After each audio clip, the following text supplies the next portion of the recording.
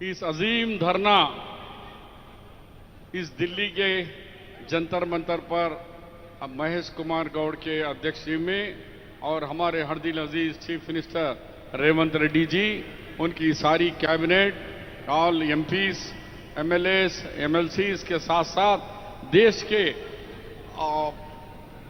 Other विभाग से आए हुए हमारे एमपीज और इंडिया ब्लॉक के एमपीज ने आज ये धरने में बता दिया कि हमारी मांग 42% रिजर्वेशन की मांग है। इस मांग को मोदी जी मंजूर करो या फिर हमारे साथ सड़कों पर, जब हमारे सीएम साहब ने कहा कि यहां सड़क से लेकर संसद तक लड़ाई के लिए हम लोग यहां आए हुए हैं सड़क पर, तो मैं ये चाहता हूं कि आप 42% जो रिजर्वेशन है इसकी बात सबसे पहले हमारे राहुल गांधी जी ने कहा कि जिसकी जितनी आबादी उसकी सरकार में उतनी भागीदारी, उसी पर अमल करते हुए तेलंगाना के सरकार मुख्यमंत्री जी ने जो सर्वे किया है उसको सारा देश मान रहा है कि इतना साइंटिफिक सर्वे आज तक ब्रिटिश गवर्नमेंट से लेकर इंडियन गवर्नमेंट में कभी नहीं हुआ। लेकिन ये सर्वे करके बताए जिसकी आबादी है। लेकिन हमारे भारतीय जनता पार्टी वाले उनको बीसी से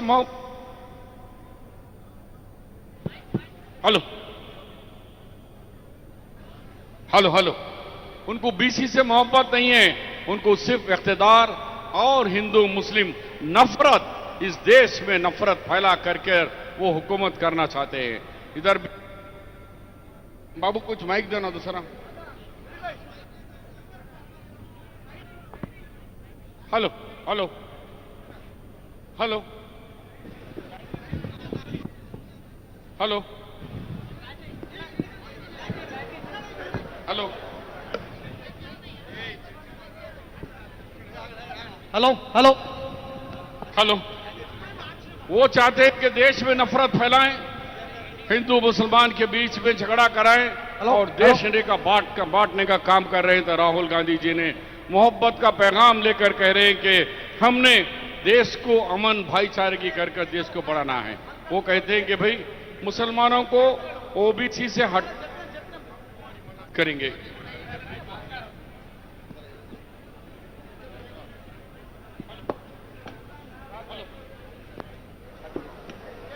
హలో वो चाहते हैं कि మీరు కూడా దయచేసి ఈనాల అందరూ కూడా వాళ్ళు బీజేపీ వాళ్ళు ఏమంటున్నారంటే ఈ 42%లో 10% ముస్లిం మైనారిటీకి ఇచ్చినారు, ఆ రిజర్వేషన్ తొలగించేయండి అన్నారు. నేను అంటున్నా మీరు కులపిచ్చితో చూస్తున్నారు కానీ ఈ ముస్లిం రిజర్వేషన్ మతపరంగా కాదు. ఈ రిజర్వేషన్ ఇయ్యాలటి నుంచే కాలేదు. ఈ రిజర్వేషన్ మురళీధర్ కమిషన్ 1971లో కొంతమంది ముస్లిమ్స్ వృత్తిపరంగా ఉన్న వాళ్లకు లద్దాఫ్, నూర్బాష్, మేతర్ ఇలాంటి వాళ్ళకు లద్దాఫ్ వాళ్లకు రిజర్వేషన్ ఎప్పటి నుంచో ఉంది. దాని తర్వాత 2004లో డాక్టర్ వైఎస్ రాజశేఖర రెడ్డి గవర్నమెంట్లో నేను కూడా మంత్రిగా ఉన్నప్పుడు అప్పుడు మనము 5% రిజర్వేషన్ ఇచ్చిన తర్వాత సుప్రీంకోర్టులో ఉన్నారు ఇది మతపరంగా కాదు, ఇది వృత్తిపరంగానే రిజర్వేషన్ ఉంది. ఒకవేళ మతపరంగా ఉంటే అందరికీ ఉండేవారు. ఇవాళ రిజర్వేషన్లో సయ్యద్కు రిజర్వేషన్ లేదు, పఠాన్కు లేదు, మొఘల్కు లేదు, షియాకు లేదు, అక్కడనే బోరాకు లేదు, ఇస్మాయిలియాకు లేదు, అలాంటి ఎన్నో జాతులు ఉన్నాయి వాళ్ళకు రిజర్వేషన్ లేదు. రిజర్వేషన్ ఎవరికి ఉంది? తుర్కకాశోడు, పాములతో ఆడిపించేటోళ్ళు, మన కోతులతో ఆటలు చేసేవాళ్ళు, అలాంటి వాళ్ళు హజ్జాం, కస్సాబ్, చమడేవాళ్ళ, లబ్బి ఇలాంటి వాళ్ళకు వృత్తిపరంగానే ఉంది. ధోబీ ఇలా సుప్రీంకోర్టులో కూడా ఒక ధోబీ మీద వాట్ ఈస్ ద ముస్లిం ధోబీ, హిందూ ధోబీ మీదనే చర్చలు జరిగిన తర్వాత chief justice of India 3 judges ఏమన్నారంటే మతపరంగా రిజర్వేషన్ కాదు, ఇది వృత్తిపరంగా రిజర్వేషన్ ఉంది కాబట్టి ఇది గోహెడ్ అని చెప్పి ఇవాళ ఆంధ్ర అండ్ తెలంగాణలో లక్షల మంది విద్యార్థులు ఇవాళ చదువులు ముందుకు వస్తున్నారు. వాళ్ళు ఏమంటున్నారంటే ఇంకో క్వశ్చన్, ఒకవేళ రిజర్వేషన్ వస్తే అంతా వాళ్ళే కొట్టుకుపోతారు. అయ్యా కిషన్ రెడ్డి నువ్వు ఆలోచన చేసి లేకుంటే ఏం మాట్లాడుతున్నా తెలియదు.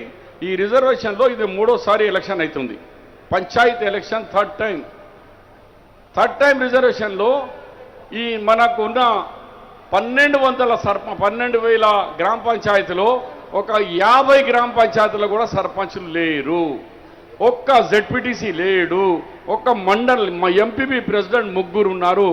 మరి ఆ 10%, 10% ఉంటే 12,000 అంటే మాకు కూడా 1,200 ఉండాలి కదనా? మరి ఎవరు ఆడతా ఉంది, ఎక్కడ తీసుకుపోతున్నారు? ఇవి అన్ని జూటా మాటలు చెప్పి మన మధ్యలో బీజేపీ ఒక సందు తీస్తుంది.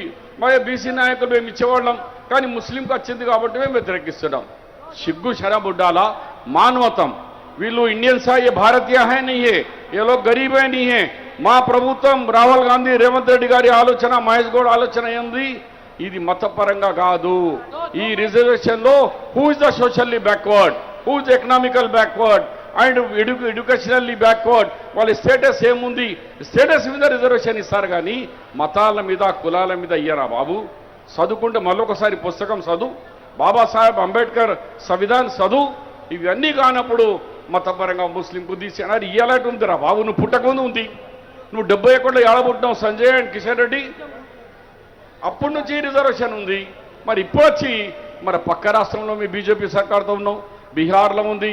మన ఎక్కడ మోదీ గారు పోటీ చేస్తున్నారో అది వారణాసి. వారణాసిలో 2,50,000 మంది అన్సారీ అంటే మన చేనేత కార్మికులు, బట్టలు అల్లేవాళ్ళు. వాళ్ళకు రిజర్వేషన్ తీద్దాముంటే నీ బీహార్లో నువ్వే నీ క్లిప్స్ ఉన్నాయి. मैंने जो पिछड़े जाति है, जो लोग कमजोर है, वो मुसलमान भाई को भी हमने रिजर्वेशन दे रखा है, दे रहे हैं और कंटिन्यू कर रहे हैं. నువ్వు చెప్తావు కింద వాళ్ళు నియమలేమో రిజర్వేషన్గా వ్యతిరేకం మాట్లాడతావు. నేను ఓబీసీ మిత్రులకు అంటున్నా, మనం అందరూ ఓబీసీలు అంటే ఒక వృత్తిలో ఉన్నవాళ్ళు, వీకర్ సెక్షన్ ఉన్నాళ్ళు, సమాజంలో ముందుకు రావాలనుకుంటున్నారు. కాబట్టి ఈ రిజర్వేషన్కి మన రేవంత్ రెడ్డి గారు, ఏఐసిసి అధ్యక్షులు మన రాహుల్ గాంధీ నాయకత్వంలో మొత్తం భారతదేశంలో మీరు విన్నారు. ఇలా పప్పు యాదవ్ నుంచి మొదలు పెట్టుకుంటే ధర్మేందర్ యాదవ్ నుంచి ప్రతి పార్టీ వాళ్ళు చెప్తున్నారు कि रेवंत रेड्डी जी ने जो कमाल करके बताया है, जो साहस लेके काम करके बताया है, वो काबिल मुबारकबाद है. और राहुल गांधी को सारा देश सैल्यूट कर रहा है कि तुमने ओबीसी के लिए जो लड़ाई लड़ी है, वो लड़ाई को हम आगे बढ़ाएंगे और सब मिलकर चलेंगे. इन बातों के साथ ये इस रिजर्व यहाँ पर धरने में जो है उन सब का सम्मान करता हूँ. Thank you.